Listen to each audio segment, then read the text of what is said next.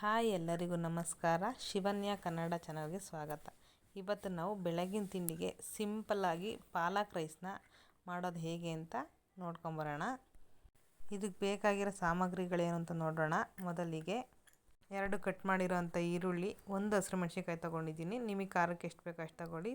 ಕೊತ್ತಂಬರಿ ಸೊಪ್ಪು, ಹಾಗೆಯೇ ಶುಂಠಿ ಬೆಳ್ಳುಳ್ಳಿ ಪೇಸ್ಟು, 1 ಬೌಲ್ ಅನ್ನ ತೊಗೊಂಡಿದ್ದೀನಿ. ಸ್ವಲ್ಪ ಜೀರಿಗೆ, ಪಾಲಕ್ ಎಲೆ, ಚಕ್ಕೆ, ಸ್ವಲ್ಪ ಲವಂಗ, 2 ಏಲಕ್ಕಿ, ಒಂದು ಅರ್ಧ ಕಟ್ ಪಾಲಕ್ ಸೊಪ್ಪು ತೊಳೆದಿಟ್ಕೊಂಡಿದ್ದೀನಿ. ರುಚಿಗೆ ತಕ್ಕಷ್ಟು ಉಪ್ಪು, ಹಾಗೆ ಒಗ್ಗರಣೆಗೆ ಎಣ್ಣೆ. ಮೊದಲಿಗೆ ಒಂದು ದಬರಿಲಿ ಸ್ವಲ್ಪ ನೀರನ್ನ ಬಿಸಿಗೆ ಇಟ್ಕೋಬೇಕು. ನೀರು ಚೆನ್ನಾಗಿ ಬಿಸಿ ಆದಮೇಲೆ ಪಾಲಕ್ ಸೊಪ್ಪನ್ನ ಒಂದು 5 ನಿಮಿಷ ಚೆನ್ನಾಗಿ ಬೇಯಿಸ್ಕೋಬೇಕು. ಸ್ವಲ್ಪ ಹಸಿ ಸ್ಮೆಲ್ ಹೋದರೆ ಸಾಕು, ಒಂದು 5 ನಿಮಿಷ ಬೇಯಿಸಿದ್ರೆ ಸಾಕು. ಅದೊಂದು 5 ನಿಮಿಷ ಬೇಯಿಸಿದ ಮೇಲೆ ಅದನ್ನು ಸಪ್ರೇಟಾಗಿ ಎತ್ತಿಟ್ಕೋಬೇಕು. ಅದು ಸ್ವಲ್ಪ ತಣ್ಣಗಾದ್ಮೇಲೆ ಮಿಕ್ಸಿ ಜಾರಲ್ಲಿ ಹಾಕಿ ಸ್ವಲ್ಪ ತೆಂಗಿನಕಾಯಿ ತುರಿ ಹಾಕಿ ನುಣ್ಣಗೆ ರುಬ್ಕೋಬೇಕು. ರುಬ್ಬಿದ್ದಾದಮೇಲೆ ಈಗ ಒಂದು ಪ್ಯಾನ್ನ ಕಾಯಕ್ಕಿಡಬೇಕು. ಪ್ಯಾನ್ ಚೆನ್ನಾಗಿ ಕಾದ್ಮೇಲೆ ಒಂದು 4ರಿಂದ 5 ಟೇಬಲ್ ಸ್ಪೂನ್ನಷ್ಟು ಎಣ್ಣೆನ ಹಾಕ್ಕೊಳ್ಳಿ. ಎಣ್ಣೆ ಬೇಡ ನಮಗೆ ತುಪ್ಪ ಬೇಕು ಅಂದರೆ ತುಪ್ಪ ಬೇಕಾದರೂ ಹಾಕ್ಕೋಬೋದು. ಎಣ್ಣೆ ಚೆನ್ನಾಗಿ ಕಾದ್ಮೇಲೆ ಜೀರಿಗೆ, ಪಲಾವ್ ಎಲೆ, ಏಲಕ್ಕಿ, ಚಕ್ಕೆ, ಲವಂಗ, ಹಸಿರುಮೆಣ್ಸಿನ್ಕಾಯಿ ಹಾಕಿ ಒಂದು 2 ಸೆಕೆಂಡ್ ಹುರ್ಕೋಬೇಕು. ಚೆನ್ನಾಗಿ ಹುರ್ಕೊಂಡ್ಮೇಲೆ ಅದಕ್ಕೆ ಕಟ್ ಮಾಡಿರೋಂಥ ಈರುಳ್ಳಿನ ಸೇರಿಸಿ ಈರುಳ್ಳಿ ಸ್ವಲ್ಪ ಕೆಂಪಾಗೋವರೆಗೂ ಹುರ್ಕೋಬೇಕಾಗುತ್ತೆ. ಈರುಳ್ಳಿ ಸ್ವಲ್ಪ ಕೆಂಪಾದರೆ ಸಾಕು, ಜಾಸ್ತಿ ಬೇಡ. ಈರುಳ್ಳಿ ಬೇಗ ಬೇಯೋದಕ್ಕೆ ನಾನಿಲ್ಲಿ ಸ್ವಲ್ಪ ಉಪ್ಪನ್ನ ಸೇರಿಸ್ತಾ ಇದ್ದೀನಿ. ಉಪ್ಪು ಸೇರಿಸಿದ್ರೆ ಬೇಗ ಬೇಯುತ್ತೆ. ಈರುಳ್ಳಿ ಚೆನ್ನಾಗಿ ಬೆಂದಮೇಲೆ ನಾನಿಲ್ಲಿ ಶುಂಠಿ ಬೆಳ್ಳುಳ್ಳಿ ಪೇಸ್ಟ್ನ ಹಾಕ್ತಾಯಿದ್ದೀನಿ.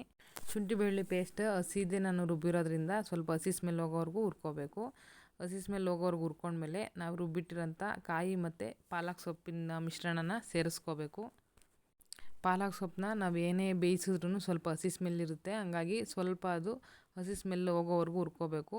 ಅದೇ ಜಾರಲ್ಲಿ ಸ್ವಲ್ಪ ನೀರು ಹಾಕ್ಬಿಟ್ಟು ನಾನು ಹಾಕ್ತಾಯಿದ್ದೀನಿ. ಇದು ಹಸಿ ಸ್ಮೆಲ್ ಹೋಗೋವರೆಗೂ ಚೆನ್ನಾಗಿ ಹುರ್ಕೋಬೇಕು. ಸ್ವಲ್ಪ ಸುತ್ತಲೂ ಎಣ್ಣೆ ಬಿಡೋ ತನಕ ಚೆನ್ನಾಗಿ ಹುರ್ಕೋಬೇಕಾಗುತ್ತೆ. ನೀರು ಜಾಸ್ತಿ ಹಾಕಬೇಡಿ, ಸಾಕು ಸ್ವಲ್ಪ ಹಾಕಿದ್ರೆ. ಈಗ ಇದ್ರ ಮುಚ್ಚಳ ಮುಚ್ಚಿ ಒಂದು 2 ನಿಮಿಷ ಬೇಯಿಸ್ಕೊಂಡ್ರೆ ಸಾಕು. ನೋಡಿ ಚೆನ್ನಾಗಿ ಸುತ್ತಲೂ ಎಣ್ಣೆ ಬಿಟ್ಕೊಂಡಿದೆ ಇದು. ಈಗ ಇದಕ್ಕೆ ನಾನು ಕಟ್ ಮಾಡಿರೋಂಥ ಕೊತ್ತಂಬರಿ ಸೊಪ್ಪನ್ನ ಸೇರಿಸ್ತಾ ಇದ್ದೀನಿ. ಕೊತ್ತಂಬರಿ ಸೊಪ್ಪು ಹಾಕಿದ್ಮೇಲೆ ಚೆನ್ನಾಗಿ ಒಂದು ಸಲ ಮಿಕ್ಸ್ ಮಾಡಬೇಕು. ನಾನು ಆಗಲೇ ಒಂದೇ ಒಂದು ಹಸಿರುಮೆಣ್ಸಿನ್ಕಾಯಿ ಹಾಕಿದ್ದೆ. ಈಗ ಸ್ವಲ್ಪ ಖಾರದ ಪುಡಿ ಹಾಕ್ತಾಯಿದ್ದೀನಿ.